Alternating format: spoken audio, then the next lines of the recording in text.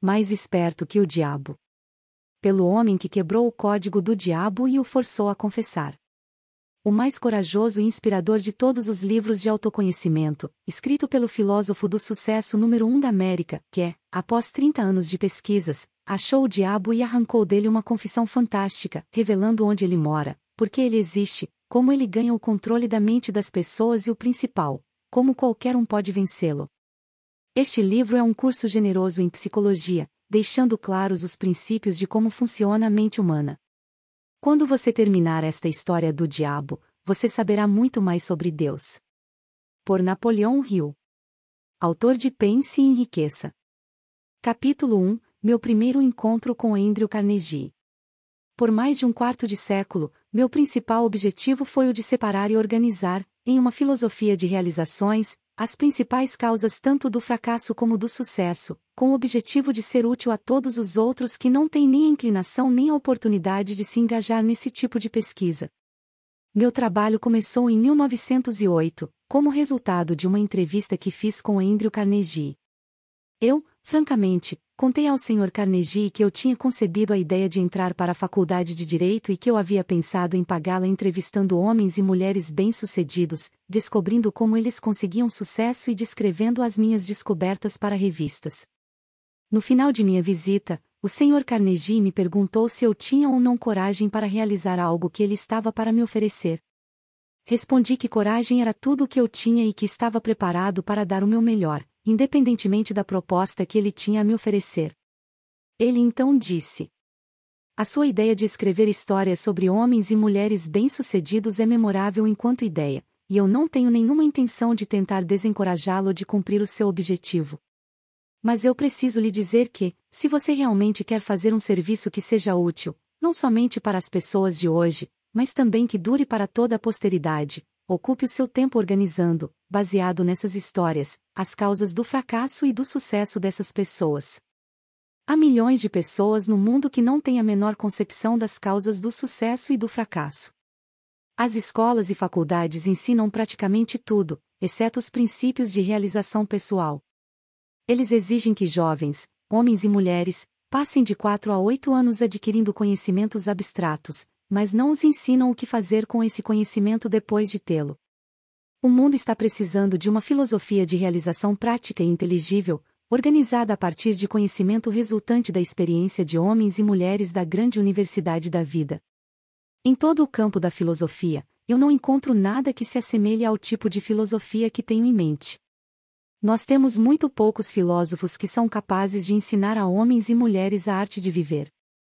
Parece, para mim, que há uma oportunidade que deveria desafiar um jovem ambicioso do seu tipo, mas ambição pura não basta para essa tarefa que eu sugeri. Aquele que ousar seguir minha sugestão deverá ter coragem e tenacidade. O trabalho demandará pelo menos 20 anos de esforço contínuo, durante o qual aquele que topar terá que ganhar a vida com outra fonte de renda, porque esse tipo de pesquisa nunca é lucrativo no seu início, e geralmente os poucos que se aventuraram a contribuir para a civilização através de trabalhos dessa natureza tiveram que esperar 100 anos ou mais após seus próprios funerais para receber reconhecimento pelo seu feito. Se você prosseguir com esse trabalho, deve entrevistar não somente os poucos que foram extraordinariamente bem-sucedidos, mas também os muitos que fracassaram. Você deve cuidadosamente analisar milhares de pessoas que foram classificadas de fracassadas, e eu quero dizer com o termo fracassado a homens e mulheres que chegam aos estágios finais de suas vidas desapontados porque não conseguiram alcançar as metas que haviam se proposto de coração. Tão inconsistente como parece ser, você aprenderá muito mais como ser bem-sucedido a partir dos fracassos do que com o tão chamado a sucesso. Eles lhe ensinarão o que não fazer. Na parte final da sua pesquisa, se você conseguir com sucesso manter o foco, fará uma descoberta que poderá ser uma grande surpresa. Descobrirá que a causa para o sucesso não é algo separado e longe do homem, mas que é uma força tão intangível na natureza, que a maioria dos homens nunca reconhece, uma força que pode muito bem ser chamada de a outro eu. O mais interessante é o fato de que este a outro eu raramente exerce sua influência ou se faz conhecer, exceto em momentos de emergência, quando os homens são forçados, por meio das adversidades e das derrotas temporárias, a mudar seus hábitos e pensar estratégias para sair das dificuldades. Minha experiência me ensinou que um homem nunca está tão perto do sucesso como quando o que ele chama de fracasso toma conta de sua vida, porque nessas ocasiões ele é forçado a pensar. Se ele pensar com exatidão e com persistência, vai descobrir que aquilo que ele chama de fracasso, na verdade, nada mais é que um sinal para elaborar um novo plano ou objetivo. A maior parte dos fracassos reais se deve a limitações que os homens impõem a si mesmos em suas próprias mentes. Se eles tivessem a coragem de ir mais um passo à frente, eles descobririam os seus próprios erros. Começando uma vida nova. O discurso do Sr. Carnegie reformulou a minha vida por completo e plantou em minha mente um desejo ardente, que me orientou sem cessar. Isso aconteceu mesmo eu não tendo a mais vaga ideia do que significava o termo outro eu. Durante o meu trabalho de pesquisa nas causas de fracasso e sucesso, tive o privilégio de analisar mais de 25.000 homens e mulheres que eram rotulados de derrotados, e mais de 500 que eram classificados de bem-sucedidos. Muitos anos atrás, tive meu primeiro contato com aquele outro eu que o Sr. Carnegie havia mencionado. A descoberta veio como ele disse que viria, como resultado de 2 pontos cruciais da minha vida, mas que foram, na verdade, emergências e que me forçaram a pensar um jeito de vencer as minhas dificuldades de tal maneira que eu nunca havia experimentado. Gostaria que fosse possível descrever essa descoberta sem o uso do pronome pessoal eu, mas isso é impossível, visto que ela ocorreu através de experiências pessoais que não podem ser separadas. Para dar uma visão completa da descoberta, terei que voltar ao primeiro desses 2 pontos marcantes da minha vida e mostrar, passo a passo, essa descoberta. Para realizar a pesquisa, com a compilação de dados, foram necessários anos de trabalho. Eu tinha chegado à falsa conclusão de que minha tarefa de organizar uma filosofia completa de sucesso pessoal havia terminado. Longe de estar completo, meu trabalho havia apenas começado. Eu havia erigido o esqueleto de uma filosofia, organizando os 17 princípios do sucesso e as 30 maiores causas do fracasso, mas aquele esqueleto tinha que ser coberto com a carne da realização e da experiência. Além disso, tinha que ser dada ao trabalho uma alma que inspirasse homens e mulheres a não somente transporem obstáculos, mas também a não se deixarem abater por eles. A alma, que ainda teria que ser adicionada, como eu descobri depois, somente se tornaria disponível após aparecer o meu outro eu, através dos 2 pontos cruciais da minha vida. Resolvendo focar a minha atenção e quaisquer talentos que eu porventura tivesse em retornos monetários através de canais de negócios, decidi dedicar-me à profissão de publicitário. Tornei-me, então, o gerente de publicidade do curso de extensão La Salle da Universidade de Chicago. Tudo correu maravilhosamente bem durante um ano. Entretanto, no final desse ano, fui tomado por um violento desgosto pelo meu trabalho e, então, me demiti. Posteriormente, ingressei no ramo de cadeias de lojas, juntamente com o ex-presidente da Universidade de Extensão La Salle. Logo me tornei presidente da companhia de doces Betsy Ross. Porém, desacordos com os sócios desse negócio fizeram com que eu saísse do empreendimento. A atração pela propaganda ainda estava em meu sangue, e tentei novamente dar expressão a ela. Organizei uma escola de propaganda e vendas, como uma parte da escola de negócios Brian Stratton. O empreendimento navegava em águas tranquilas e muito dinheiro entrava rapidamente. Foi então que os Estados Unidos tomaram parte da Primeira Guerra Mundial. Em resposta a um chamado interior, que palavras não conseguem descrever, saí da escola e entrei para o serviço do governo dos Estados Unidos, sob a direção pessoal do presidente Woodrow Wilson, deixando um negócio fantástico desintegrar-se. No dia do armistício, em 1918, comecei a atuar na publicação da revista Golden Rule, Regra de Ouro, na tradução livre. Apesar do fato de eu não ter nenhum centavo de capital, a revista cresceu rapidamente e em pouco tempo ganhou circulação nacional, chegando a quase 500 mil de exemplares, finalizando seu primeiro ano de negócios com um lucro de $3,156 mil. Alguns anos depois, aprendi com um experiente executivo de uma empresa de publicações que nenhum homem capaz naquele ramo pensaria em começar uma revista tal como está com menos do que $500 mil de capital. A revista Golden Rule e eu estávamos destinados a nos separar. Quanto mais sucesso alcançávamos, mais descontente eu me tornava. Até que, finalmente, devido a um acúmulo de perturbações causadas por sócios no negócio, dei a revista como um presente a eles e deixei o negócio. Com essa atitude, provavelmente joguei fora uma pequena fortuna. Logo após, organizei uma escola de treinamento para vendedores. Minha primeira missão era treinar um exército de vendas de 3.000 pessoas para uma rede de lojas. Receberia $10 para cada vendedor que frequentasse a minha aula. Dentro de 6 meses, esse trabalho havia me rendido um pouco mais de $30.000. O sucesso, em termos financeiros, estava coroando meus esforços com abundância. Novamente meu espírito estava descontente. Eu não estava feliz. Tornava-se, a cada dia, mais óbvio que nenhuma quantidade de dinheiro, em algum momento, me faria feliz. Sem a menor desculpa razoável por minhas ações, saí do negócio e desisti de um empreendimento no qual teria facilmente recebido um salário satisfatório. Meus amigos e sócios no negócio pensaram que eu estava louco, e eles não estavam tão errados nos seus pensamentos. No fundo, eu estava inclinado a concordar com eles, mas parecia que não havia nada que eu pudesse fazer para mudar de ideia. Procurava pela felicidade e ainda não a tinha encontrado. Pelo menos, essa é a única explicação que eu poderia oferecer para justificar as minhas atitudes um tanto quanto inusitadas.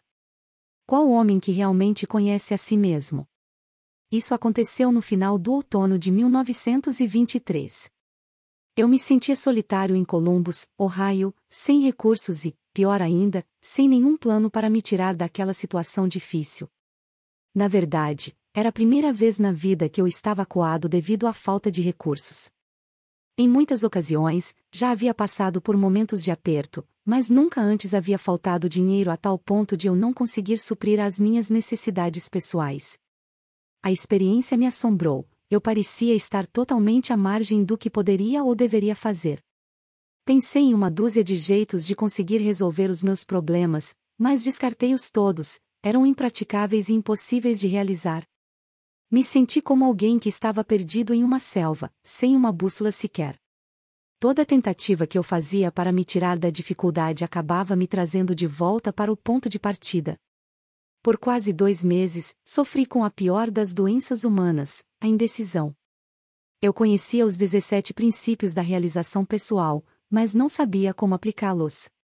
Sem saber, estava encarando uma daquelas emergências da vida de que o Sr. Carnegie havia me falado, situações essas em que os homens muitas vezes descobrem os seus outros eus. Meu estresse era tão grande que em nenhum momento me ocorreu sentar, analisar a sua causa e procurar a sua cura. Derrota é convertida em vitória.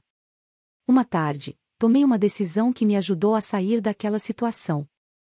Eu tinha um sentimento de que o que eu realmente desejava era sair para os espaços abertos do país, onde poderia respirar ar fresco e, principalmente, pensar. Comecei a caminhar e já havia percorrido mais ou menos 7 ou 8 milhas quando, de repente, me vi parado.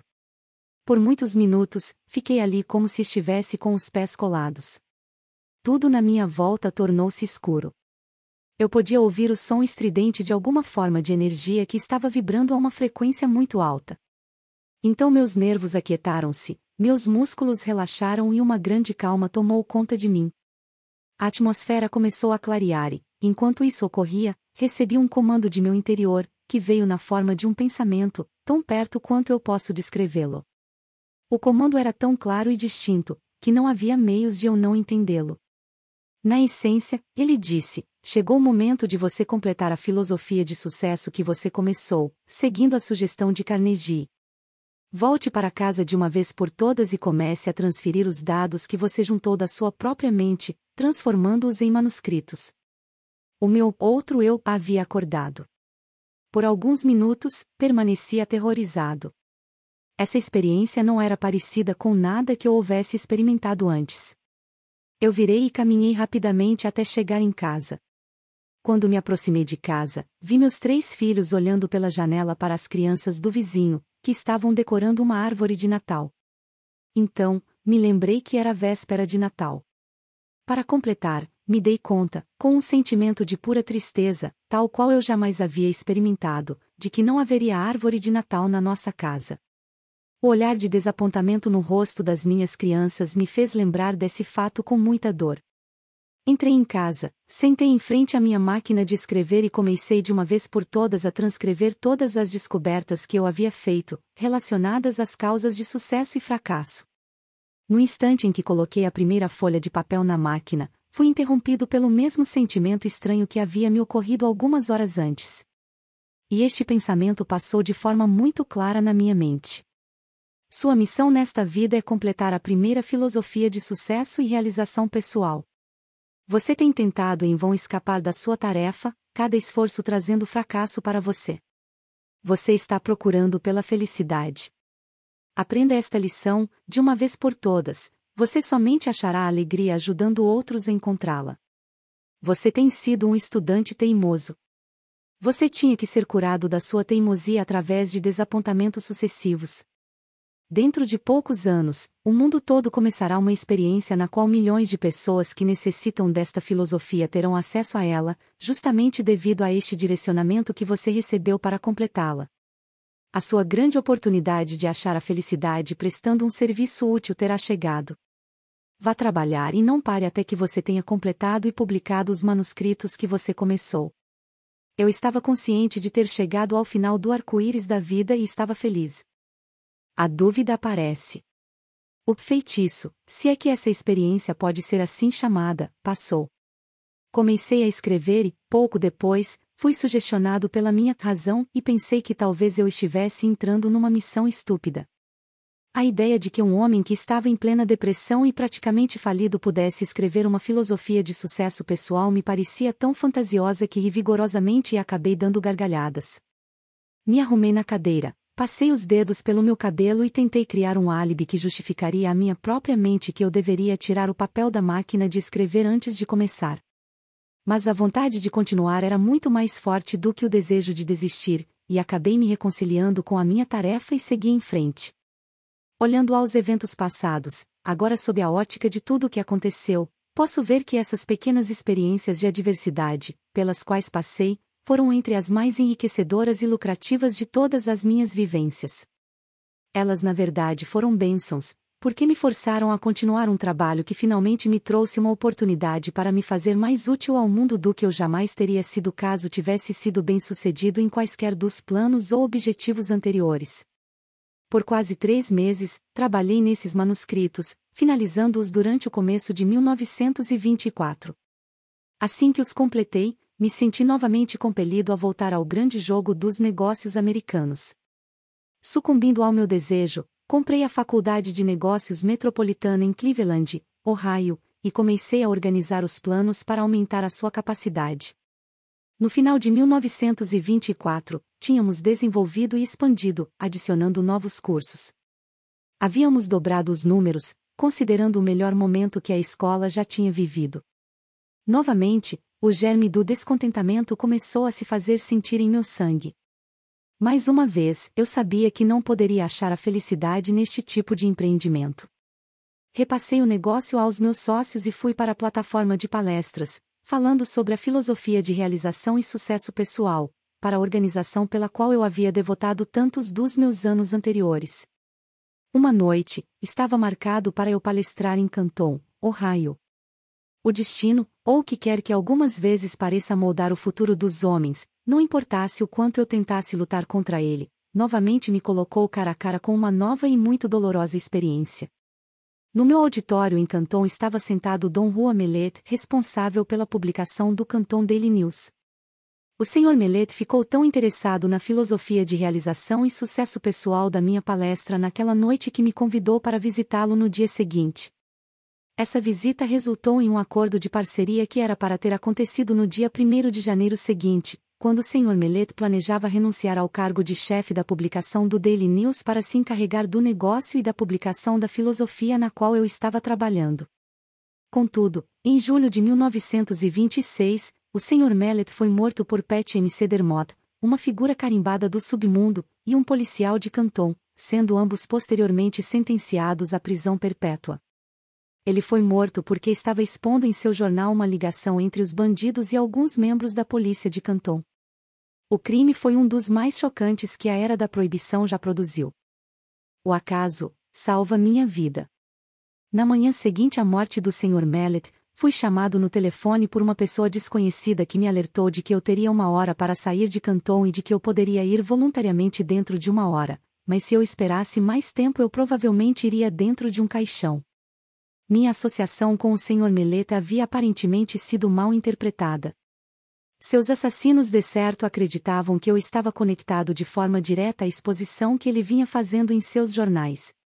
Não esperei acabar o meu limite de 1 hora, mas imediatamente entrei no meu carro e dirigi para a casa de parentes nas montanhas a oeste de Virgínia, onde fiquei até que os assassinos tivessem sido colocados na prisão. Essa experiência veio bem dentro da categoria descrita pelo Sr. Carnegie como uma emergência que força homens a pensarem. Pela primeira vez na minha vida, conheci a dor do medo constante. A minha experiência de alguns anos anteriores, em Columbus, havia preenchido a minha mente com dúvida e indecisão temporária, mas esta preencheu a minha mente com um medo que parecia impossível de remover. Durante o tempo em que eu estava escondido, raramente deixava a casa à noite, quando saía, mantinha minha mão em uma pistola automática levada no bolso do casaco, mantida destravada para ação imediata. Se um automóvel estranho parasse em frente à casa onde eu estava escondido, eu ia imediatamente para o porão e, com cuidado, escrutinava os seus ocupantes através das janelas. Depois de alguns meses convivendo com esse tipo de experiência, meus nervos começaram a sentir. A coragem sumiu por completo, assim como a ambição que eu tinha em meu coração durante os longos anos de trabalho em busca das causas do fracasso e do sucesso também partiu. Vagarosamente, passo a passo, me senti caindo num estado de total letargia da qual eu temia que jamais conseguisse emergir. O sentimento deve ter sido o mesmo que aqueles que pisam na areia movediça sentem, quando se dão conta de que cada esforço que fazem para tirá-los da areia apenas leva mais para o fundo. O medo é uma areia movediça que se retroalimenta. Se a semente da insanidade estivesse presente na minha constituição física, certamente ela teria germinado durante esses meses subsistindo como um morto-vivo. Indecisão completa, sonhos irresolutos, dúvidas e medo eram tudo o que a minha mente experimentava dia e noite. A emergência que eu encarei fora desastrosa por 2 motivos. Primeiro, a verdadeira natureza dessa emergência me manteve num estado de constante indecisão e medo. Segundo, esse enclausuramento forçado me deixou em estado de tensão constante. Eu tendia a me preocupar com o peso do tempo que passava.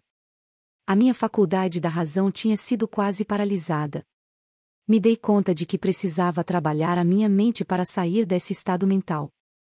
Mas como? Os recursos que tinham me ajudado a resolver todas as emergências anteriores da minha vida parece que criaram asas e me deixaram completamente à mercê da situação.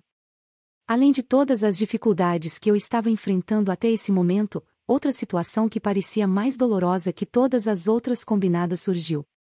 Era a tomada de consciência de que eu havia gasto a maior parte dos meus últimos anos em busca do arco-íris, procurando aqui e lá pelas causas do sucesso, e me achando agora neste exato momento mais fraco e incapacitado do que qualquer uma das 25.000 pessoas às quais eu havia julgado como sendo fracassos. Esse pensamento era quase que enlouquecedor. Além disso, era também extremamente humilhante, porque eu estava palestrando por todo o país em escolas e faculdades e para organizações de comércio, tentando contar às outras pessoas como aplicar os 17 princípios do sucesso, enquanto aqui estava eu, incapaz de aplicá-los para mim mesmo. Estava certo de que nunca mais poderia encarar o mundo com um sentimento de confiança. Toda vez em que me olhava no espelho, notava uma expressão de desgosto próprio na minha face, e frequentemente disse coisas ao homem no espelho que não devem ser escritas. Eu havia começado a tomar o lugar na categoria dos charlatões que oferecem a outros um remédio para a cura que eles não conseguem aplicar com sucesso a si mesmos. Os criminosos que assassinaram o Sr. Mellet foram julgados e mandados para a prisão perpétua, por isso, seria perfeitamente seguro, considerando onde eles estavam, sair do meu esconderijo e novamente tocar o meu trabalho. Contudo, não conseguia sair porque agora encarava circunstâncias mais aterrorizantes do que aquela que havia sido criada pelos assassinos. A experiência destruíra qualquer tipo de iniciativa que eu havia possuído. Eu sentia uma influência de tal modo depressiva que tudo parecia um pesadelo. Estava vivo e poderia me mover, mas não conseguia pensar em um único movimento por meio do qual eu pudesse continuar a procurar pela meta que eu tinha estipulado para mim mesmo, baseado na sugestão do Sr. Carnegie. estava rapidamente me tornando indiferente não apenas a mim mesmo, mas, pior ainda, começava a me tornar mal-humorado e irritado com aqueles que haviam me oferecido abrigo durante a minha emergência. Encarei a maior emergência da minha vida. A menos que tenha passado por uma experiência similar, você não consegue imaginar como me senti. Tais experiências não conseguem ser descritas. Para serem entendidas, devem ser sentidas. O momento mais dramático da minha vida. A virada veio de repente, no outono de 1927, mais de um ano após o incidente de Canton. Deixei a casa em uma noite e caminhei para o prédio da escola pública que se situava no topo de uma montanha acima da cidade. Eu havia chegado a uma decisão de lutar contra tudo aquilo antes que a noite acabasse. Comecei a caminhar em volta do edifício, tentando forçar meu cérebro confuso a pensar com clareza. Devo ter dado centenas de voltas ao redor do prédio antes que qualquer coisa que se assemelhasse a um pensamento organizado pudesse cruzar a minha mente. Enquanto caminhava, repetia constantemente para mim mesmo: existe uma saída e vou achá-la antes de voltar para casa. Devo ter repetido essa frase 1000 vezes. Além disso, estava decidido a fazer exatamente o que eu estava dizendo a mim mesmo. Estava totalmente desgostoso comigo mesmo, mas ensaiei uma esperança de salvação. Então, como um raio que cai de um céu claro, uma ideia explodiu em minha mente com tal força que o impulso fez com que meu sangue subisse e descesse das minhas veias de forma abrupta. Este é o seu período de teste. Você foi reduzido à pobreza e humilhado para que pudesse ser forçado a descobrir o seu outro eu. Pela primeira vez em anos, recordei o que o Sr. Carnegie dissera sobre este outro eu. Nesse momento, lembrei-me que ele havia dito que eu descobriria este outro eu no final do meu trabalho de pesquisa pelas causas de fracasso e sucesso, e ainda recordei que ele disse que a descoberta normalmente viria como resultado de uma emergência, quando homens são forçados a mudar os seus hábitos e pensar formas de sair da dificuldade. Continuei caminhando ao redor da escola, só que agora eu estava flutuando. Inconscientemente, parecia saber que estava para ser liberado da prisão que havia feito a mim mesmo. A partir desse momento, me dei conta de que esta grande emergência havia me trazido uma oportunidade não somente para descobrir o meu outro eu, mas também para testar a eficácia da filosofia de sucesso que eu vinha ensinando a outros como sendo algo palpável e realizável. Brevemente, eu saberia se ela funcionaria ou não. Tomei a decisão de que, se ela não funcionasse, eu queimaria todos os manuscritos e nunca mais me sentiria culpado por tentar provar aos outros que eles eram os mestres de seus destinos, os capitães de suas almas. A lua cheia estava recém cobrindo o topo da montanha. Eu nunca havia visto brilhar tão intensamente antes. Enquanto a estava contemplando, outro pensamento cruzou a minha mente: você tem mostrado às outras pessoas como dominar o medo e como sobrepujar as dificuldades que surgem nas emergências da vida. De agora em diante, você pode falar com autoridade, porque está a ponto de superar as suas próprias dificuldades com coragem e objetivo, resoluto e destemido. Com este pensamento veio uma mudança na química do meu ser que me levou a um estado de euforia que eu nunca havia experimentado. Meu cérebro começou a clarear, e o estado de letargia no qual ele se encontrava começou a passar. A minha razão passou a trabalhar novamente.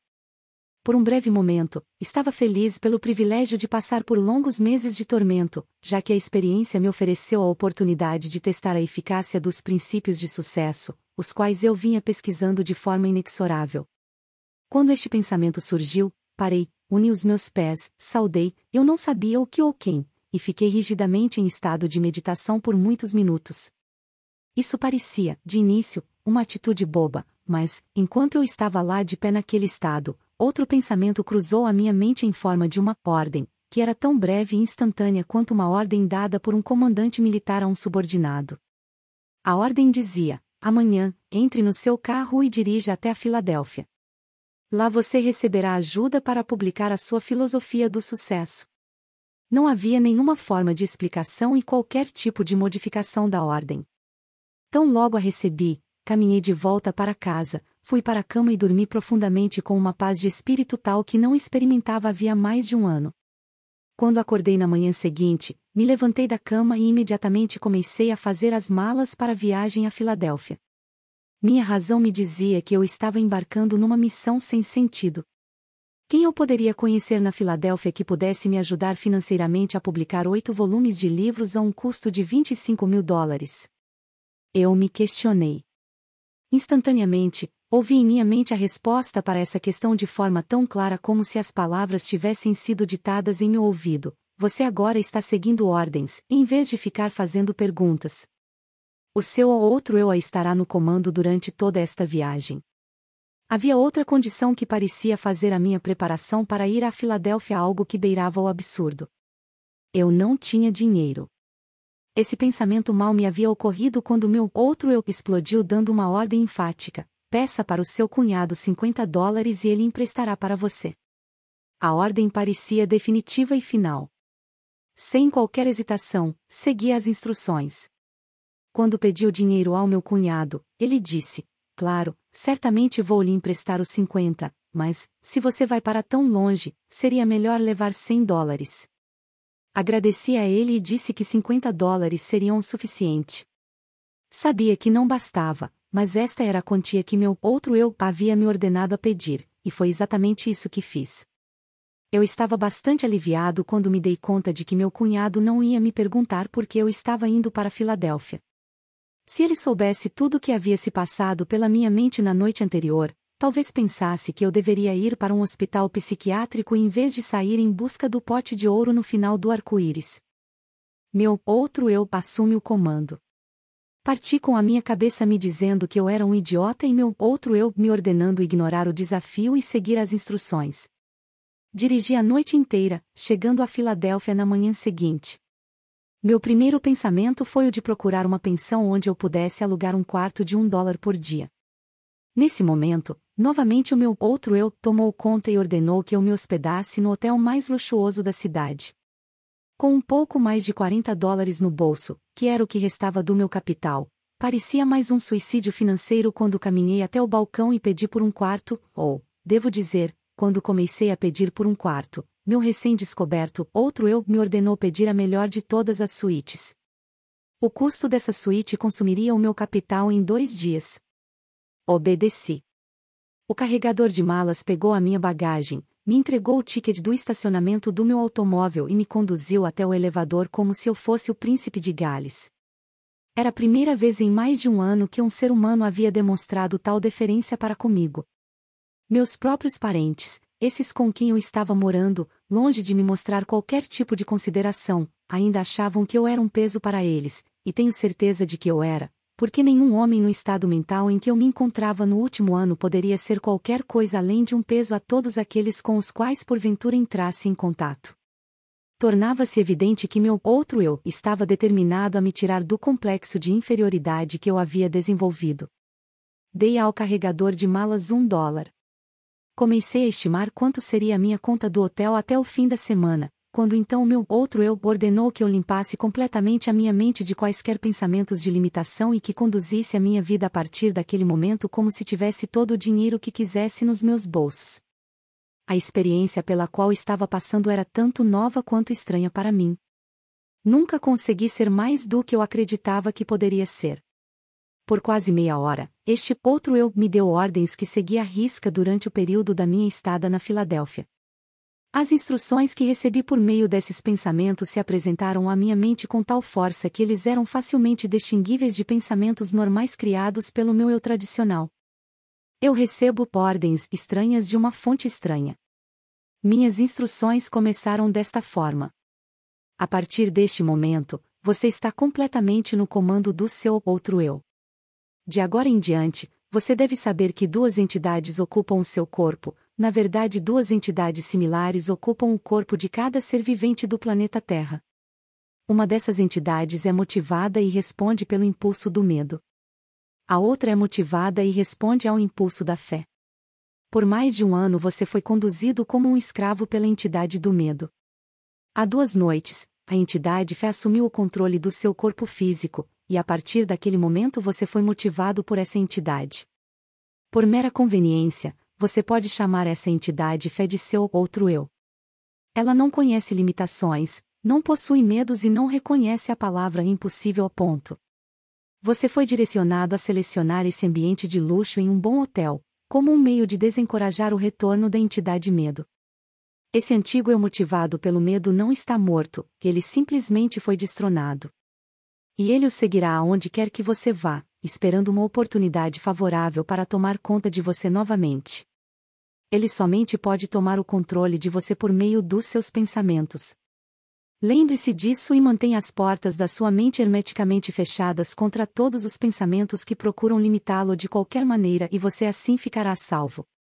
Não se permita preocupar-se com o dinheiro que você precisará para suas despesas imediatas. O recurso virá a você no momento em que você necessitar dele.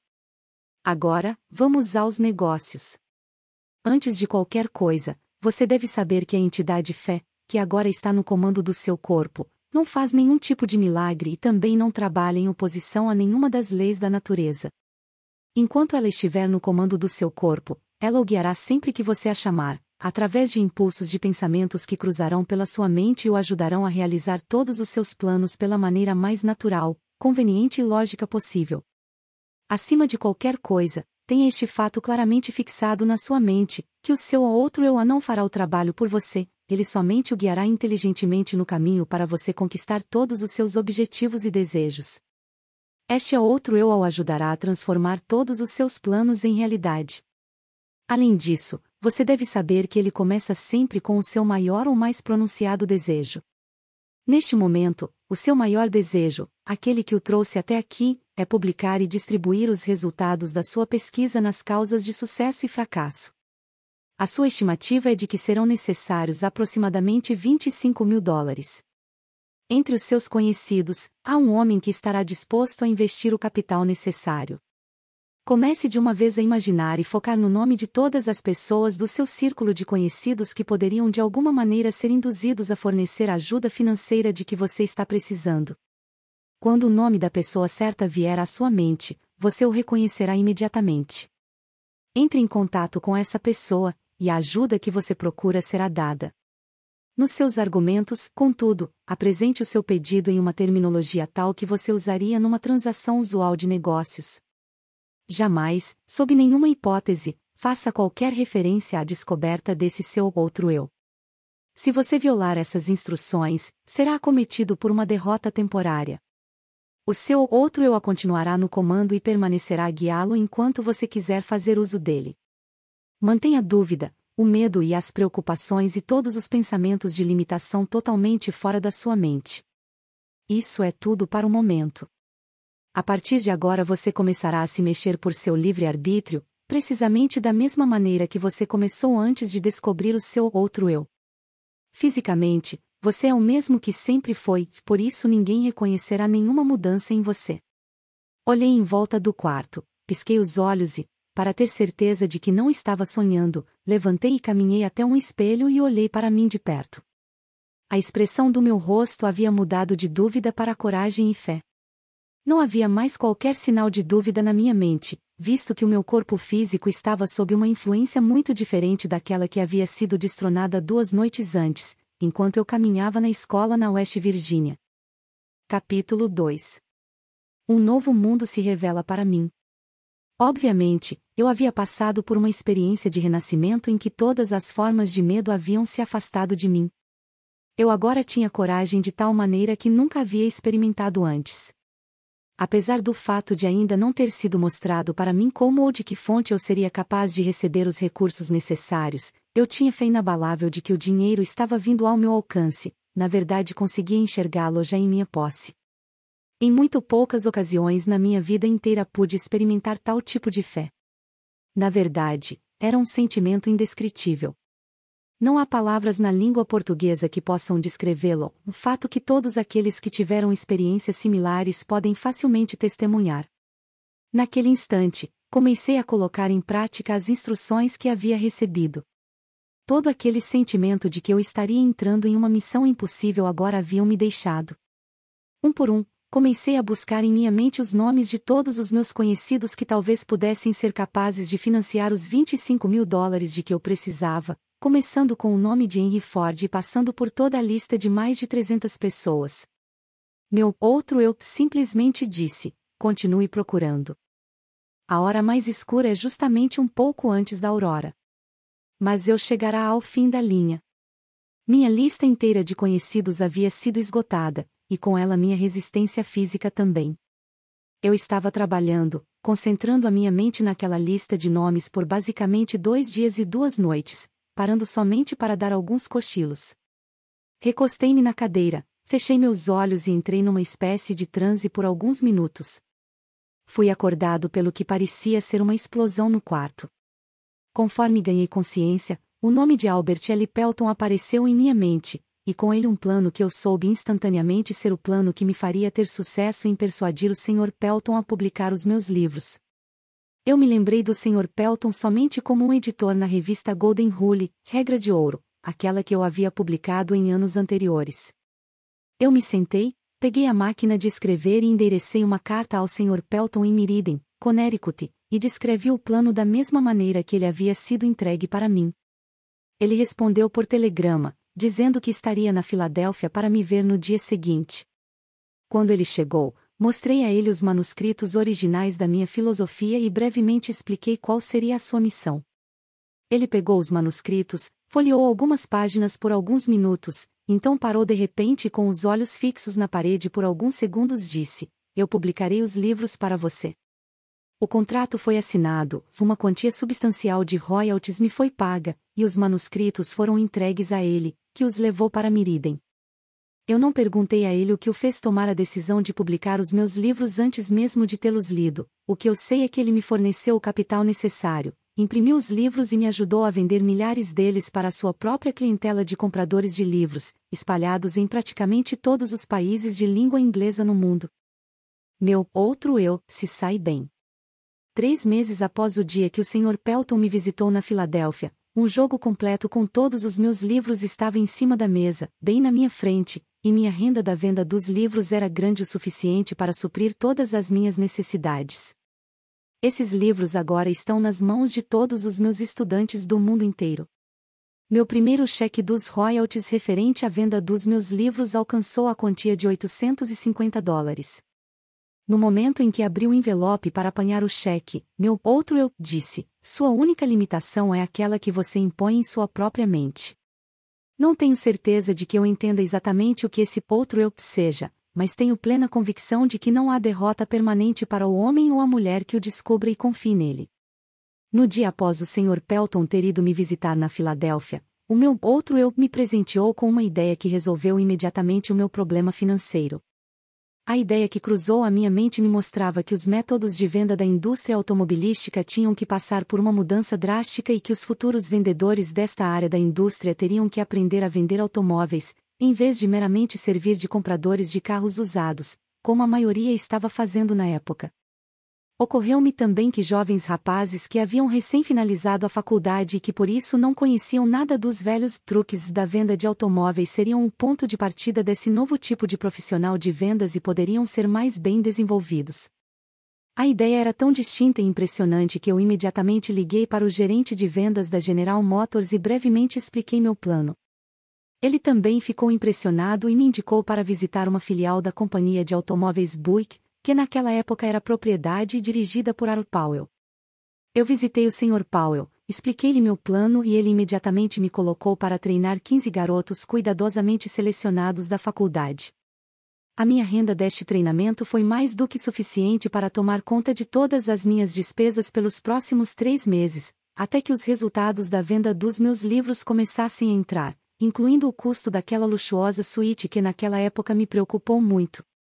Meu outro eu não havia me desapontado. O dinheiro que eu precisava estava em minhas mãos justamente no momento em que eu precisei. Nesse momento, fui convencido de que a minha viagem para Filadélfia não era, sob nenhuma hipótese, uma missão sem sentido, conforme minha razão havia indicado antes de partir do oeste da Virgínia. Daquele momento em diante até este exato minuto, tudo o que eu precisei veio até mim. Isso mesmo considerando que o mundo inteiro recentemente passará por um período de depressão econômica quando mesmo as necessidades básicas não estavam disponíveis para muitas pessoas. Em alguns momentos, a chegada das coisas materiais das quais eu precisei veio um pouco tarde, mas posso com toda certeza dizer que o meu outro eu sempre me encontrou no cruzamento e por sua vez sempre me indicou por qual caminho eu deveria seguir. O outro eu não possui precedentes, não reconhece nenhum tipo de limite e sempre acha um modo de satisfazer nossos desejos. Ele pode se deparar com derrotas temporárias, mas nunca com fracasso permanente. Tenho tanta certeza disso que estou afirmando quanto o fato de estar aqui escrevendo estas linhas. Enquanto isso, sinceramente espero que alguns dos milhões de homens e mulheres que foram atingidos pela depressão econômica ou outros dissabores da vida descubram dentro de si mesmos essa estranha entidade que eu chamei de meu outro eu, e que essa descoberta os guie, como me guiou a um intenso e próximo relacionamento com essa fonte de energia que supera obstáculos e resolve todas as dificuldades, em vez de ser derrotada por elas. Há uma grande força a ser descoberta no seu outro eu. Procure com todo o seu ser e você o achará. Fracasso, uma bênção disfarçada. Fiz outra descoberta como resultado dessa apresentação ao meu outro eu, ou seja, há uma solução para cada problema legítimo, não importa quão difícil o problema pareça ser.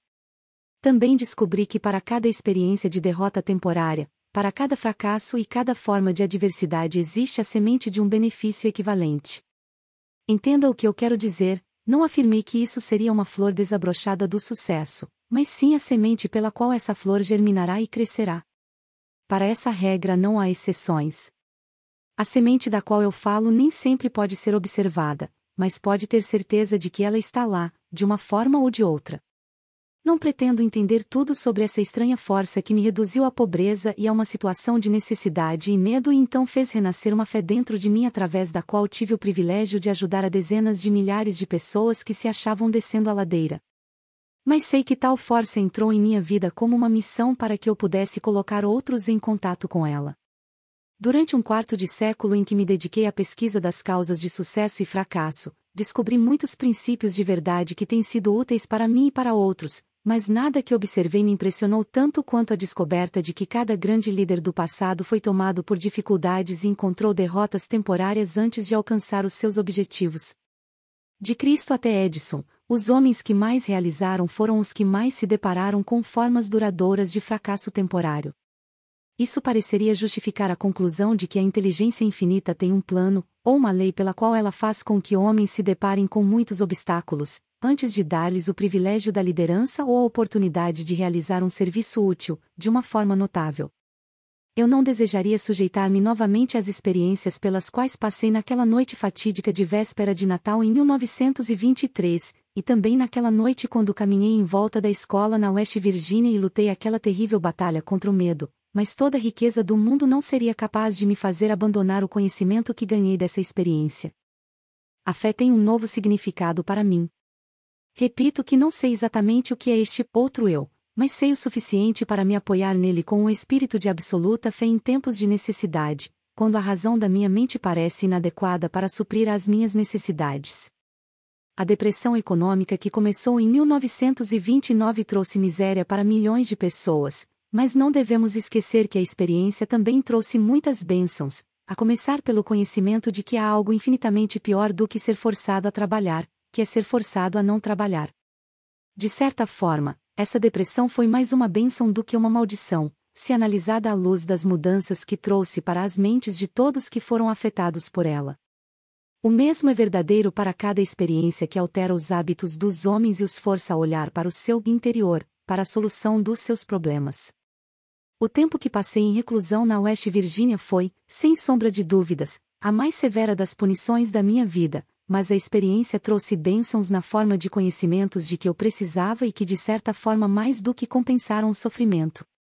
Estes dois resultados, o sofrimento e o conhecimento ganho dele, foram inevitáveis.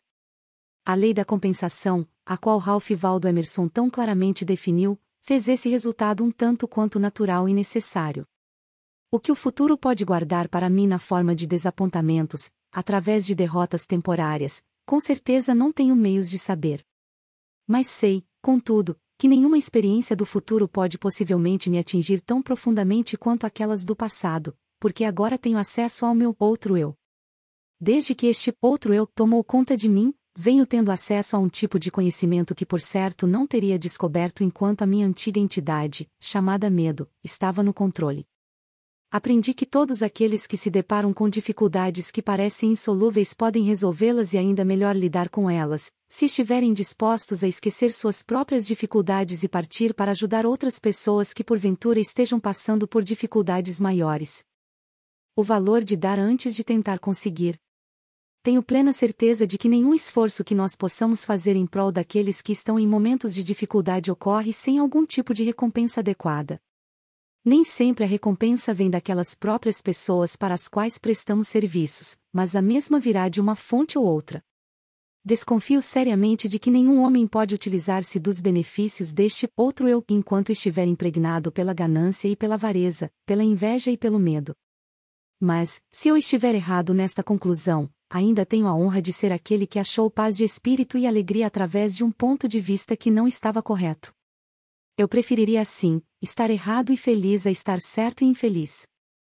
Mas esse ponto de vista não está errado. Enquanto eu estiver de bem com o meu outro eu, serei capaz de adquirir qualquer coisa material de que precise. Além disso, serei capaz de conquistar felicidade e paz de espírito. O que mais poderia alguém querer? O único motivo que me inspirou a escrever este livro foi um desejo profundo e sincero de ser útil a outros, compartilhando com eles tanto quanto eles estejam preparados para aceitar a fortuna que se tornou minha, no momento em que descobri meu outro eu. Essa riqueza, felizmente, não pode ser medida em termos materiais ou financeiros, porque ela representa muito mais do que isso. Riquezas materiais e financeiras, quando reduzidas aos seus valores líquidos, são mensuráveis em termos de saldos bancários. Saldos bancários não são mais fortes do que bancos. Esta outra forma de riqueza da qual falo é mensurável não somente em termos de paz de espírito e contentamento, mas da mesma forma como é manifestada naqueles que são adeptos da oração. Quando rezo, meu outro eu ensinou-me a concentrar-me nos meus objetivos e a esquecer do plano que deve ser atingido. Não estou sugerindo que objetos materiais devam ser adquiridos sem planos. O que eu estou dizendo é que o poder que transforma os pensamentos e desejos em realidade tem a sua fonte na infinita inteligência, que, por sua vez, conhece mais sobre os planos do que quem está fazendo a oração. Colocando o caso de outra forma, não seria mais inteligente, quando em oração, confiar na mente universal para nos entregar o plano que melhor se adapte à realização do objetivo da nossa oração? Minha experiência com oração me ensinou que tudo aquilo que resulta de uma oração é um plano que é adequado e adaptado para o atingimento do objetivo da oração, através de um meio natural e material. O plano deve ser transmutado através de uma ação de alto esforço. Eu não conheço nada a respeito de qualquer tipo de oração que possa funcionar favoravelmente em uma mente dominada, mesmo que em menor grau, pelo medo. Um novo meio de orar. Desde que me tornei íntimo de meu outro eu, minha forma de orar modificou-se. Eu costumava rezar somente quando encarava dificuldades. Agora, rezo antes da dificuldade, quando possível. Eu agora rezo não mais pelos bens e pelas grandes bênçãos deste mundo, mas para ser merecedor de tudo que já possuo. Acho que este meio de orar é melhor do que o antigo. A inteligência infinita parece não ficar ofendida quando rendo graças e mostro que sou grato por todas as bênçãos que coroaram meus esforços. Fiquei maravilhado quando primeiro tentei este plano de oferecer uma oração de agradecimento por tudo que eu já possuía, pois assim descobri a vasta riqueza de que já dispunha e não apreciava. Por exemplo, descobri que eu tinha um corpo maravilhoso que nunca havia sido seriamente danificado pela doença. Eu contava com uma mente razoavelmente bem equilibrada. Tinha uma imaginação criativa com a qual eu poderia prestar um serviço muito útil para um grande número de pessoas. Eu era abençoado com toda a liberdade que desejava, tanto de corpo quanto de mente. Nutria um desejo ardente de ajudar outros que não tinham a mesma sorte. Descobri que a felicidade, o maior de todos os objetivos do ser humano, era minha de qualquer maneira, com depressão econômica ou sem depressão econômica.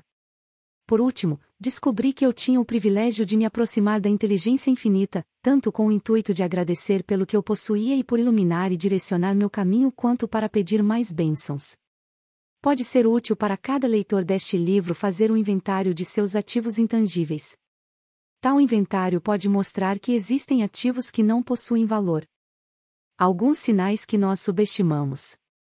O mundo inteiro está passando por um momento de mudanças de tamanhas proporções que milhões de pessoas estão em estado constante de pânico, trazendo junto consigo preocupações, dúvidas, indecisões e, principalmente, medo. Parece-me que agora é o momento certo para todos aqueles que, por alguma razão, encontram-se naquele cruzamento da dúvida e da incerteza, para que conheçam e se tornem íntimos de seus outros eus. Todos os que desejarem realizar tal tarefa acharão útil tirar uma lição da natureza. A observação mostrará que as estrelas eternas brilham todas as noites nos seus devidos lugares, que o sol continua mandando seus raios de luz e calor, provendo a mãe natureza com abundância de comida e energia, que a água continua a correr da sua nascente na montanha, que os pássaros e os animais selvagens da floresta recebem condições adequadas e satisfatórias de alimento, que após um dia de trabalho vem a noite para descansarmos, que após o movimentado verão vem o inverno de calmaria, que as estações vêm e vão exatamente como faziam antes da crise de 1929 chegar, que na verdade somente as mentes dos homens deixaram de funcionar normalmente, e isso porque os homens preencheram suas mentes com o medo. A observação desses simples fatos da vida cotidiana pode ser muito útil como um ponto de partida para todos aqueles que desejam suplantar o medo pela fé. Não sou um profeta, mas posso, sem falsa modéstia, predizer que todo indivíduo tem o poder de mudar seu estado material ou financeiro, mas primeiro ele ou ela tem que mudar a natureza das suas crenças. Não confunda a palavra crença com a palavra desejo. As duas não são a mesma coisa. Todo mundo é capaz de desejar vantagens financeiras, materiais ou espirituais, mas o elemento fé é a única força verdadeira pela qual um desejo pode ser transformado em uma crença, e, por sua vez, a crença transmuta-se em realidade. E é exatamente nesse ponto o momento mais apropriado para chamar atenção para o real benefício que qualquer um pode experimentar simplesmente usando de forma deliberada a sua fé focada em qualquer forma de desejo construtivo. A mente age sempre de acordo com nossos desejos mais profundos e dominantes. Não há escapatória desse fato, isso é literalmente um fato. Tenha muito cuidado com o que você deseja de coração, porque por certo será seu. A fé é o começo de toda grande realização. Se Thomas Edison tivesse parado, simplesmente desejando conhecer o segredo pelo qual a energia elétrica fazia com que a lâmpada incandescente acendesse, toda a conveniência que as suas descobertas trouxeram para a civilização teria permanecido como segredos da natureza. Ele encontrou-se com um fracasso temporário por mais de 10.000 vezes antes de finalmente conseguir arrancar esse segredo da natureza. Até que finalmente ela cedeu para ele, porque ele acreditou que conseguiria e, mais importante ainda, continuou tentando até que conseguiu a resposta. Edison descobriu mais dos segredos da natureza. Eles teriam sido chamados de milagres em um período anterior, no campo da física do que qualquer outro homem que já viveu, e isso porque ele ficou íntimo do seu outro eu. Eu ouvi isso da boca do próprio Edison, mas, mesmo que eu não tivesse ouvido, as suas realizações por si mesmas revelaram esse segredo. Nada dentro da razão é impossível para o homem ou a mulher que acredita e confia no seu outro eu. Tudo em que um homem ou uma mulher acreditar ser verdadeiro, a partir daquele instante começa a se tornar verdadeiro. Uma oração é uma expressão do pensamento, algumas vezes expresso em palavras audíveis e outras vezes expresso silenciosamente. Observei por experiência própria que uma oração silenciosa é tão eficaz quanto uma oração expressa em palavras. Observei também que o estado de espírito de quem está rezando é o fator determinante para a oração funcionar, ou não. Minha concepção do outro eu que tenho tentado descrever é que ele simboliza meramente um novo modo de se chegar à inteligência infinita, um modo pelo qual se pode controlar e direcionar o simples processo de combinar a fé com os pensamentos. Isso é somente outra maneira de dizer que agora tenho muito mais fé no poder da oração. O estado de espírito conhecido como fé aparentemente abre o meio para um sexto sentido, através do qual se pode comunicar com fontes de poder e informação que ultrapassam em muitos nossos 5 sentidos. O desenvolvimento desse sexto sentido vem sempre para sua ajuda, e ele é na verdade uma estranha força que, vamos assumir, é um anjo da guarda que pode abrir para você, sempre que quiser, a porta para o templo da sabedoria. O sexto sentido é a experiência mais próxima que já cheguei de algo que se possa chamar de milagre, e ele aparece dessa forma talvez porque eu não entenda exatamente o método pelo qual esse princípio funciona.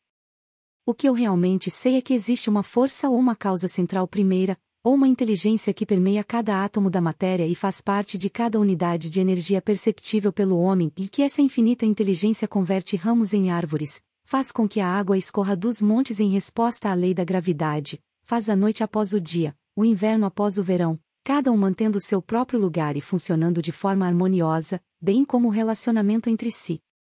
Essa inteligência ajuda a transformar desejos em formas concretas ou materiais. Tenho este conhecimento porque o experimentei. Por muitos anos, venho mantendo o hábito de fazer um inventário de toda a minha vida pessoal, uma vez por ano, com o objetivo de determinar quanto de minhas fraquezas consegui ultrapassar ou eliminar, e também para calcular quanto progresso, se é que tive algum, fiz durante o ano. Capítulo 3. Uma estranha entrevista com o diabo. Enquanto você estiver lendo a entrevista com o diabo, você reconhecerá, a partir da breve descrição que dei da história da minha vida, o esforço desesperado do diabo em me calar antes que eu ganhasse reconhecimento público. Você entenderá também, após ler a entrevista com o diabo, porque a entrevista tinha que ser precedida por esta história pessoal. Antes que você comece a ler a entrevista, eu quero que você tenha uma noção bem clara do tipo de ataque que o diabo fez comigo, e lembre-se de que foi esse ataque final que afortunadamente virou o jogo, fazendo com que o diabo ficasse sem saída e tivesse que se confessar. Este trabalho do diabo começou com a crise de 1929. Através daquela feliz virada na roda da vida, perdi 600 acres nas montanhas de Catskill. Meus rendimentos foram a zero. O Arrima National Bank, onde todos os meus fundos estavam depositados, quebrou e com ele se foi todo o meu dinheiro. Antes que eu notasse o que estava acontecendo, me peguei no meio de um furacão espiritual e econômico que se desenvolveu numa catástrofe mundial de tal força que nenhum indivíduo ou grupo de indivíduos poderia suportar. Enquanto esperava a tempestade passar e todo o medo que estava espalhado ceder, me mudei para Washington, D.C., a cidade onde comecei o trabalho, após o meu primeiro encontro com Andrew Carnegie, quase um quarto de século antes. Parecia que não havia nada que eu pudesse fazer, exceto sentar e esperar.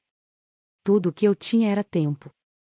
Após 3 anos de espera sem resultados tangíveis, minha alma incansável começou a me empurrar de volta para o serviço. Havia muito poucas oportunidades para eu ensinar uma filosofia de sucesso quando o mundo à minha volta estava no meio do mais abjeto fracasso e as mentes dos homens estavam preenchidas com o medo da pobreza. Este pensamento veio até mim em uma noite, enquanto eu estava dirigindo o meu automóvel em frente ao Memorial de Lincoln sobre o rio Potomac, dentro da sombra do Capitólio. Com isso, veio outro pensamento: o mundo havia experimentado uma crise sem precedentes, através da qual nenhum ser humano tinha o menor controle. Com essa crise, veio até mim a oportunidade de testar a filosofia da autodeterminação, a organização à qual eu havia devotado boa parte da minha vida adulta. Uma vez mais eu tinha a oportunidade de aprender se a minha filosofia era prática ou mera teoria. Notei também que aí estava a oportunidade de testar uma frase de minha autoria, a qual eu havia pronunciado centenas de vezes: toda diversidade traz consigo a semente de uma vantagem equivalente. Qual, se há alguma, eu me perguntei, foi a vantagem de uma crise mundial para mim? Quando comecei a procurar por uma direção por onde eu poderia testar a minha filosofia, fiz a descoberta mais chocante da minha vida. Descobri que, através de alguma estranha força que eu não entendia, eu havia perdido minha coragem, de minha iniciativa tinha sido desmoralizada, de meu entusiasmo havia enfraquecido. Pior do que tudo isso, eu estava envergonhado em me dar conta de que era o autor de uma filosofia de autodeterminação porque, lá no fundo do meu coração, eu sabia, ou pensava que sabia, que eu não poderia fazer a minha própria filosofia me tirar do fundo do poço e consequentemente mudar a situação desesperadora na qual me encontrava. Enquanto eu lutava em um estado mental de total confusão e atordoamento, o diabo devia estar dançando de felicidade. Afinal, ele tinha o autor da primeira filosofia de realização e sucesso pessoal paralisado pela indecisão.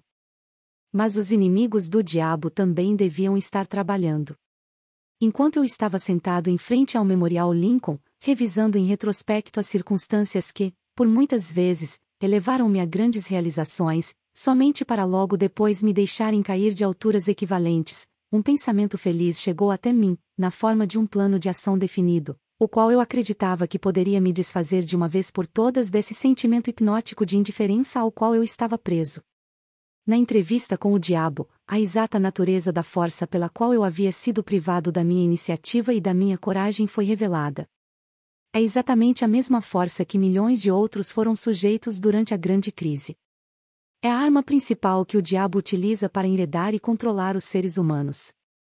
A essência desse novo pensamento que veio para mim era esta: apesar do fato de eu ter aprendido com Andrew Carnegie e mais de 500 outros que tiveram sucessos profissionais e pessoais equivalentes, que realizações notáveis em todos os passos da vida vêm através da aplicação do Mastermind, a coordenação harmoniosa de duas ou mais mentes trabalhando para um mesmo objetivo, eu havia falhado em fazer tal aliança com o objetivo de colocar em prática o meu plano de revelar a primeira filosofia individual de sucesso para o mundo.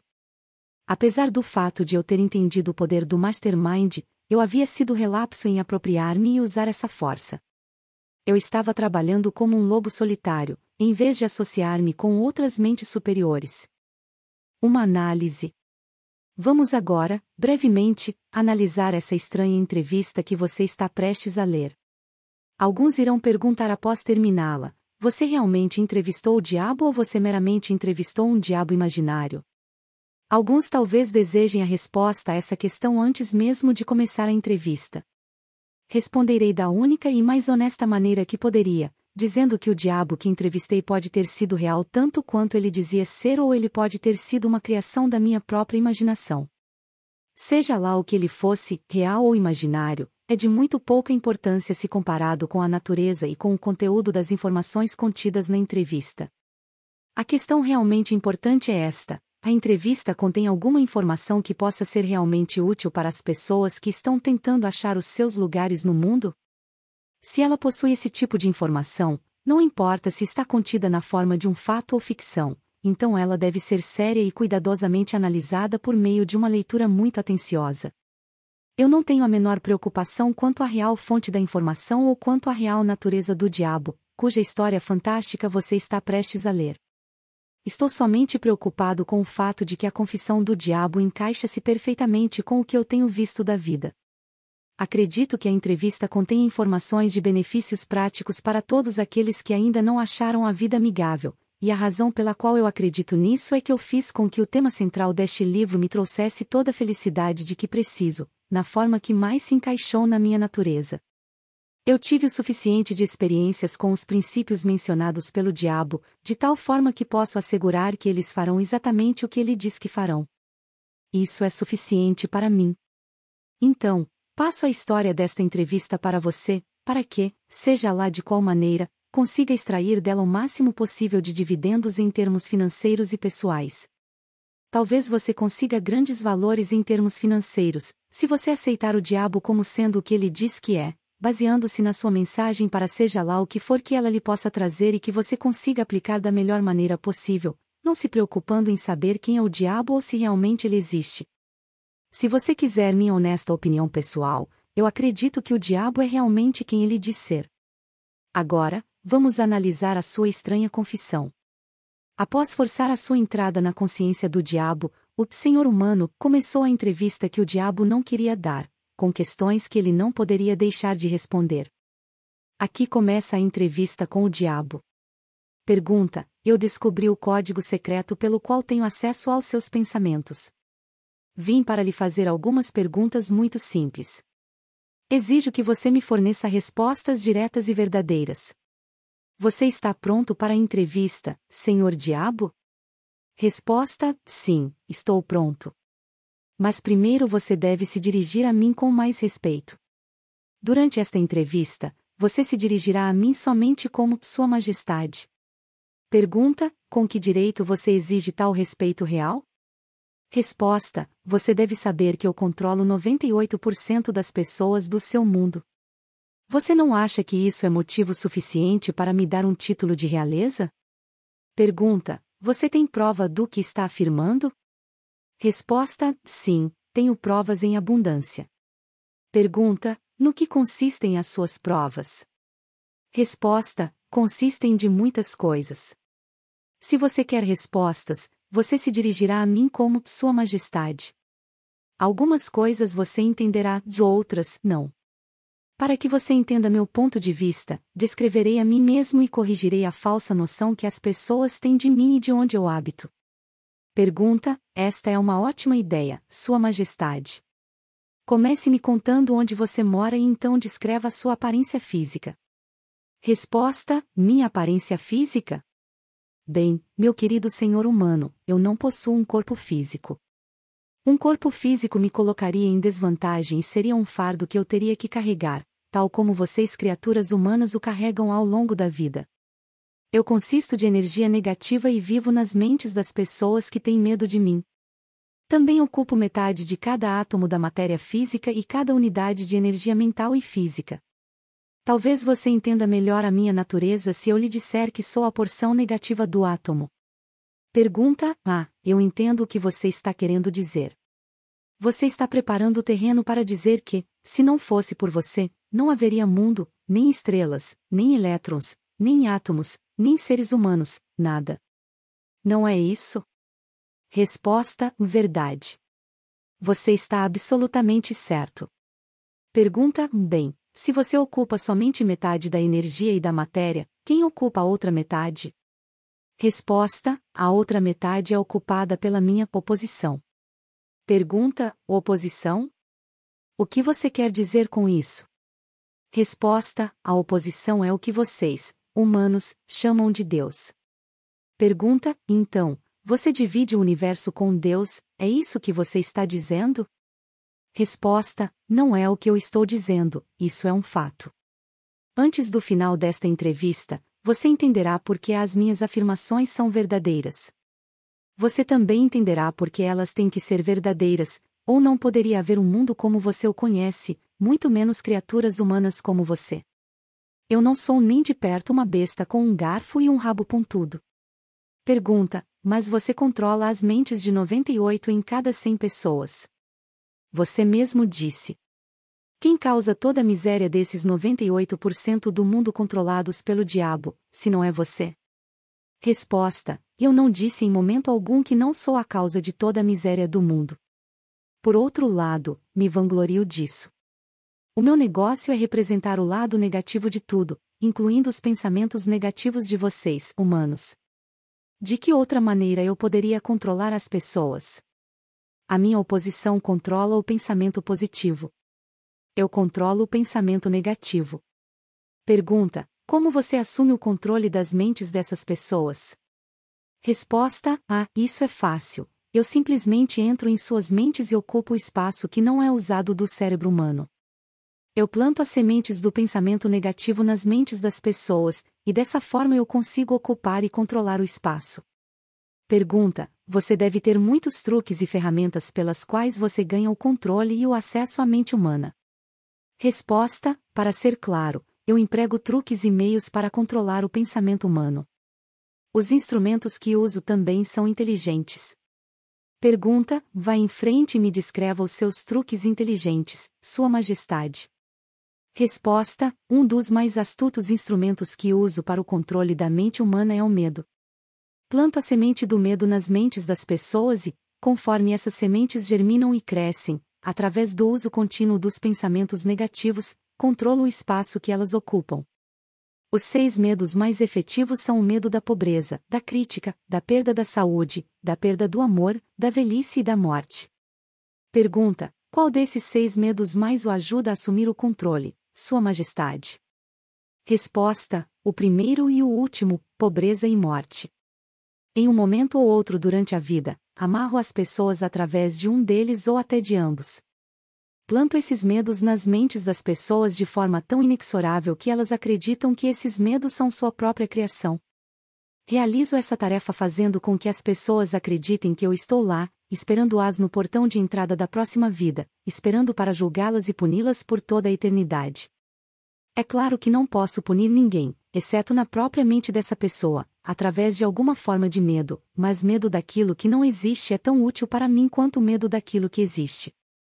Todas as formas de medo ampliam o espaço que ocupo na mente humana. Pergunta: Sua Majestade, você explicará como ganhou esse controle sobre os seres humanos? Resposta: a história é muito longa para ser contada em poucas palavras. Tudo começou há mais de 1 milhão de anos, quando o primeiro homem começou a pensar. Até aquele momento eu tinha o controle sobre todos os homens, mas inimigos meus descobriram o poder do pensamento positivo e o colocou nas mentes dos homens. Aí então começou uma batalha de minha parte para permanecer no controle.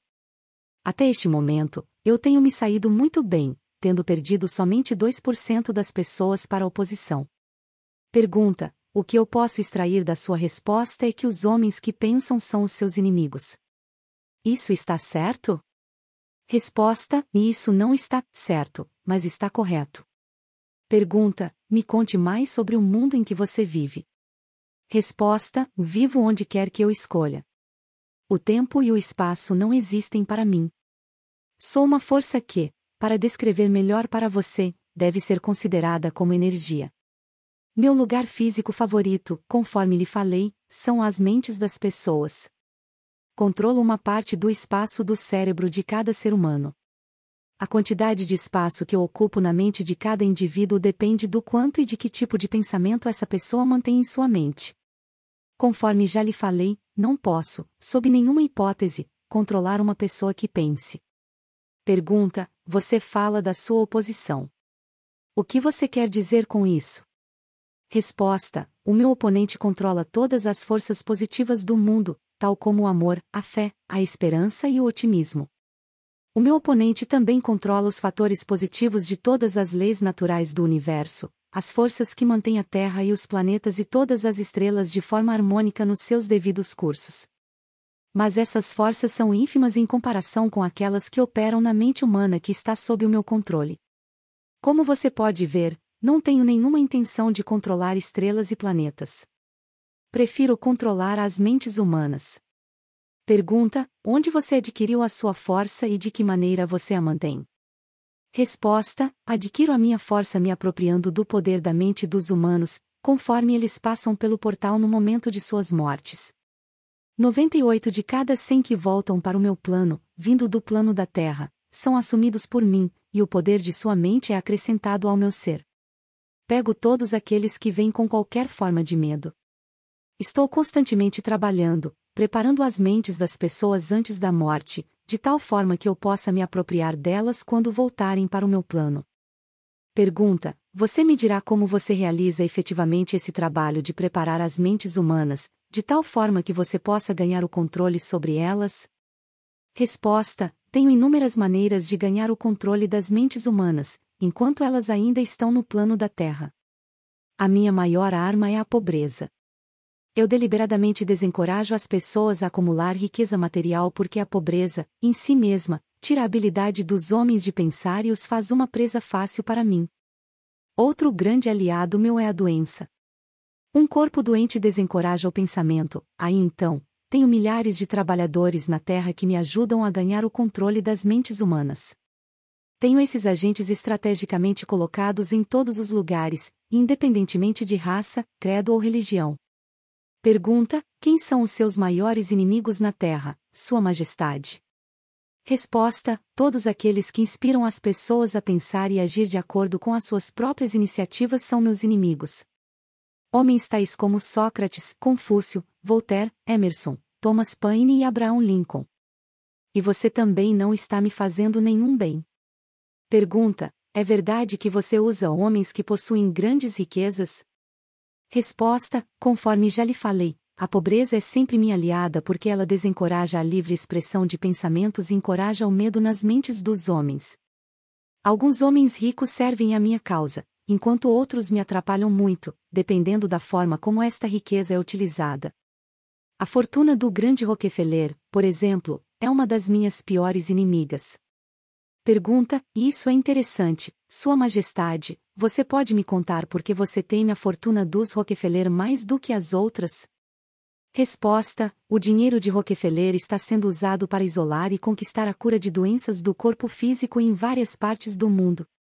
A doença sempre foi uma das minhas armas mais eficazes. O medo da doença só perde para o medo da pobreza.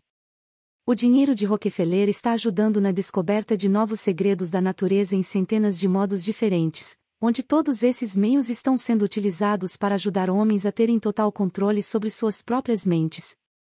Esses meios estão encorajando novos e melhores métodos de alimentação, de vestuário e habitação. Esse dinheiro está sendo usado para acabar com favelas nas grandes cidades, lugares onde meus aliados favoritos são encontrados. Está também financiando campanhas por governos melhores e ajudando a acabar com a desonestidade na política. Está colaborando para melhorar os padrões de negócios do mundo e encorajando homens de negócio a conduzirem suas empresas pela regra de ouro, e isso não é bom para minha causa. Pergunta: o que você pode me dizer sobre garotos e garotas que as pessoas dizem que estão no caminho para o inferno? Você os controla também? Resposta: bem, eu posso responder essa questão somente com sim e não. Corrompi as mentes desses jovens os ensinando a beber e a fumar, mas eles têm me surpreendido com uma tendência muito séria de pensar por si mesmos. Pergunta: você diz que corrompeu as mentes dos jovens com álcool e cigarros.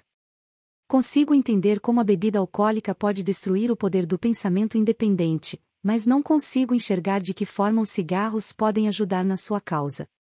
Resposta: você pode não saber, mas os cigarros quebram o poder da persistência, eles destroem o poder da resistência, acabam com a habilidade de concentração. Eles matam e diminuem a imaginação e ajudam em muitos outros meios para que as pessoas não usem as suas mentes da forma mais efetiva. Você sabia que tenho milhões de pessoas, jovens e velhas de ambos os sexos, que fumam 2 maços de cigarros por dia? Isso significa que eu possuo milhões de pessoas que estão gradualmente destruindo seu poder de resistência.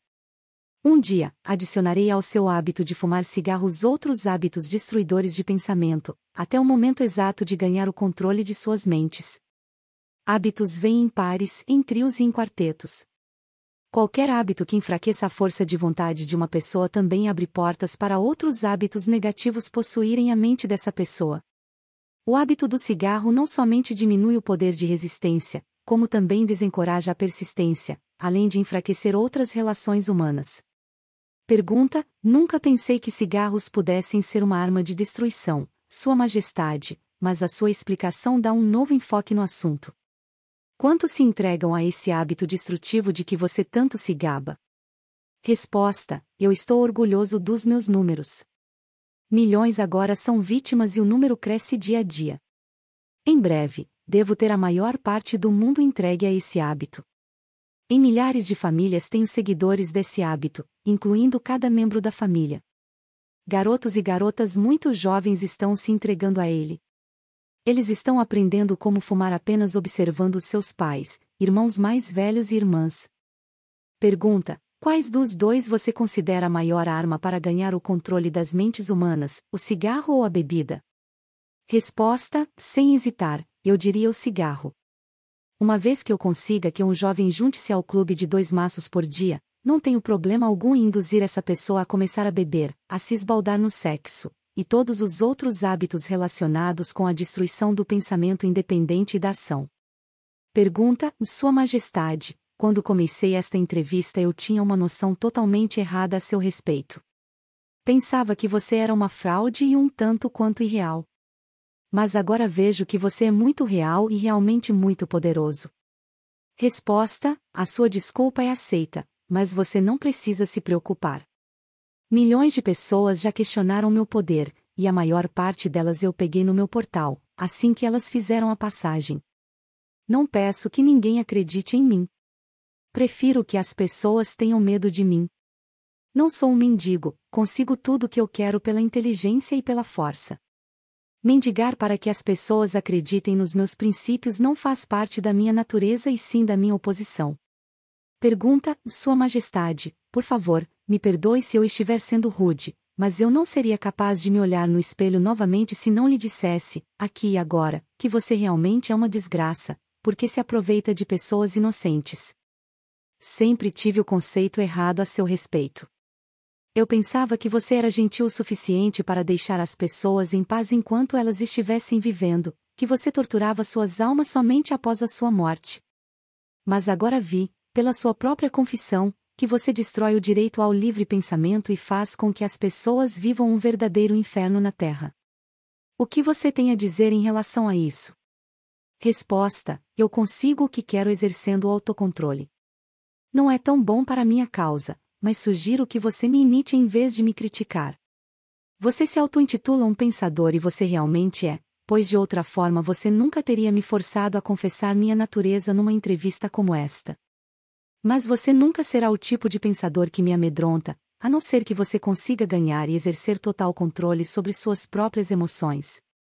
Pergunta: bem, vamos nos afastar desse assunto de personalidades. Vim aqui para aprender mais sobre você e não para discutir a meu respeito. Por favor, vamos em frente e me conte, quais outros dos muitos truques que você tem para ganhar o controle da mente humana? Qual sua arma mais poderosa exatamente agora? Resposta: essa é uma questão difícil de responder. Tenho tantos meios e instrumentos para entrar e controlar as mentes humanas, que é difícil dizer qual é o mais poderoso. Exatamente neste momento estou tentando fazer uma nova guerra mundial. Os meus amigos aqui em Washington estão me ajudando a envolver os Estados Unidos nessa guerra. Se eu conseguir fazer com que o mundo comece a se matar de forma maciça, serei capaz de colocar em ação o meu instrumento favorito para o controle da mente. É o que você pode chamar de medo sistêmico e generalizado. Usei este instrumento para trazer a Guerra Mundial de 1914. Também o utilizei para causar a crise econômica de 1929. Se a minha oposição não tivesse se adiantado a mim, neste momento, eu estaria controlando cada homem, mulher e criança neste mundo. Você pode ver por si mesmo quão perto eu cheguei para a dominação completa do mundo, aquilo por que venho lutando para conseguir há milhares de anos. Pergunta: sim, estou entendendo. Quem não entenderia? Você é um manipulador muito engenhoso das mentes das pessoas. Você usa o seu poder diabólico somente em pessoas de posição privilegiada e de grande influência? Resposta: não. Eu uso as mentes de pessoas de todas as classes. Na verdade, prefiro o tipo de pessoa que não pensa por si mesma. Consigo manipular esse tipo de pessoas sem nenhuma dificuldade. Eu não poderia controlar 98% das pessoas do mundo se todas fossem hábeis para pensar por si mesmas.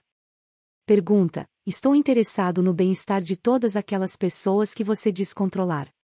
Por isso desejo que você me conte todos os truques utilizados para entrar e controlar as mentes.